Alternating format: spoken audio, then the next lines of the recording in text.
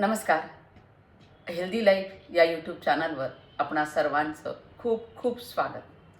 आज आपण एका अतिशय कॉमन अशा समस्येबद्दल बोलणार आहोत. तो म्हणजे टेक्स्ट नेक सिंड्रोम. आज आपण मोबाईल, लॅपटॉप, टॅबलेट सतत वापरत असतो. हे आपल्या जीवनाचा अविभाज्य भाग झालेले आहे. पण आपण या सगळ्या साधनांचा चुकीच्या पद्धतीने, या गॅजेट्सचा चुकीच्या पद्धतीने वापर करत असतो. त्यामुळे मान, खांदे आणि पाठीचा कणा यावर खूप मोठा ताण येतो आहे, परिणाम होत आहे. जर तुम्हाला मान दुखणं, खांदे कडक होणं, सतत डोकेदुखी आणि पाठ दुखणं असे जर त्रास होत असतील तर हा व्हिडिओ शेवटपर्यंत नक्की पहा. आता टेक्स्ट नेक सिंड्रोम म्हणजे काय हे आपण जाणून घेऊया. आपली मान नैसर्गिकरित्या सरळ ठेवण्यासाठी बनलेली आहे, पण मोबाईल पाहताना आपण मान पुढे आणि खाली झुकवतो. सामान्य स्थितीमध्ये मानेवर सुमारे 5 किलो वजनाचा ताण हा असतो, पण मान 15 अंश खाली जर झुकली तर हा ताण 12 किलोने वाढतो, म्हणजे 12 किलो वजन ठेवल्यासारखं होतं. 30 अंश जर मान तुमची खाली झुकली तर मानेवर 18 किलोचं वजन तुम्ही ठेवलं आहे असं होतं. जर 60 अंशामध्ये तुमची मान झुकली तर 27 किलोपर्यंत तुम्ही वजन ठेवलं असं होईल, म्हणजे 27 किलोपर्यंत ताण हा वाढतो. हा सततचा जादा ताण म्हणजेच काय तर टेक्स्ट नेक सिंड्रोम.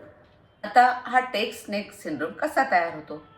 सतत मोबाईल खाली मान वाकवून पाहणं, लॅपटॉपवर काम करताना चुकीची बसण्याची पद्धत आणि दीर्घकाळ एकाच स्थितीमध्ये बसणं, व्यायामाचा अभाव आणि मुलांमध्ये आणि तरुणांमध्ये जास्त स्क्रीन टाईम, आणि या सगळ्या गोष्टींमुळे हा त्रास हळूहळू वाढतो आणि सुरुवातीला आपण त्याकडे दुर्लक्ष करतो. आता याची लक्षणं कोणती आहेत बघा या टेक्स्ट नेक सिंड्रोमची.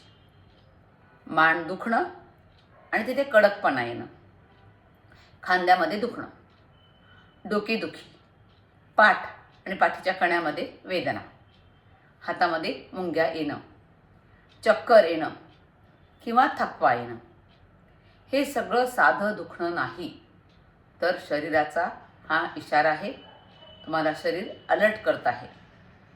दुर्लक्ष केलं तर काय धोके संभवतात हे पण समजून घ्या.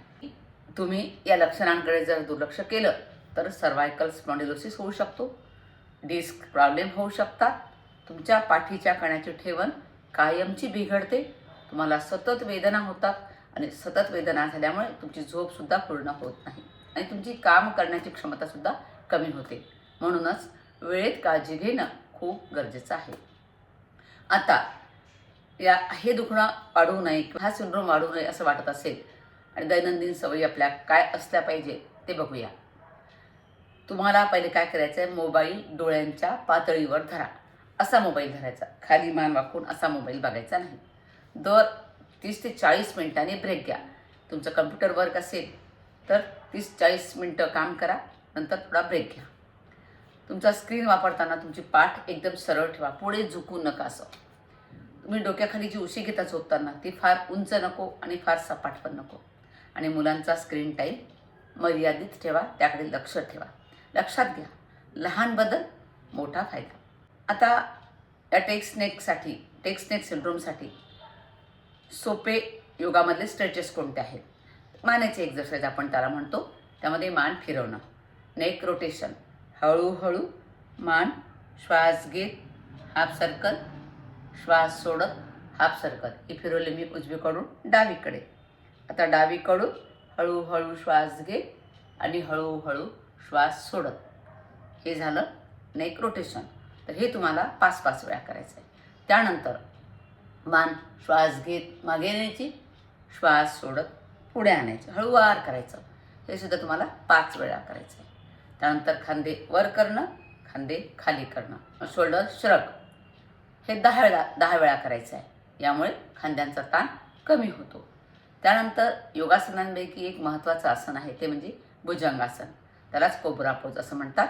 यामुळे काय होतं, पाठ आणि मान तुमची मजबूत होते आणि सर्वायकल रिजनसाठी हे आसन खूप उपयुक्त आहे. हे सगळे व्यायाम तुम्हाला हळूहळू करायचे आहेत आणि जर वेदना असतील तर करू नका. वेदना नसतील तेव्हाच हे एक्झरसाईज करा. आता एक्स्ट्रा हेल्थ टिप्स काय आहेत यासाठी? पुरेसं पाणी प्या, दररोज थोडा व्यायाम करा, तुमचा ताण कमी करा, स्ट्रेस कमी ठेवा, झोपेची वेळ निश्चित ठेवा, शरीर आणि मन दोन्ही निरोगी ठेवा. टेक्स्ट नेक सिंड्रोम ही आजच्या काळातील समस्या आहे, पण योग्य सवयी आणि योगाभ्यास जर केला तर ही समस्या आपल्याला टाळता येते. म्हणूनच आजपासून मान झुकवणं थांबवा, आरोग्याची काळजी घ्या आणि व्हिडिओ उपयुक्त वाटला असेल तर लाईक करा, शेअर करा आणि या चॅनलला जरूर सबस्क्राईब करा. पुढच्या भागामध्ये भेटूया आपण अशीच उपयुक्त माहिती घेऊन. तोपर्यंत स्वस्थ रहा, मस्त रहा. धन्यवाद.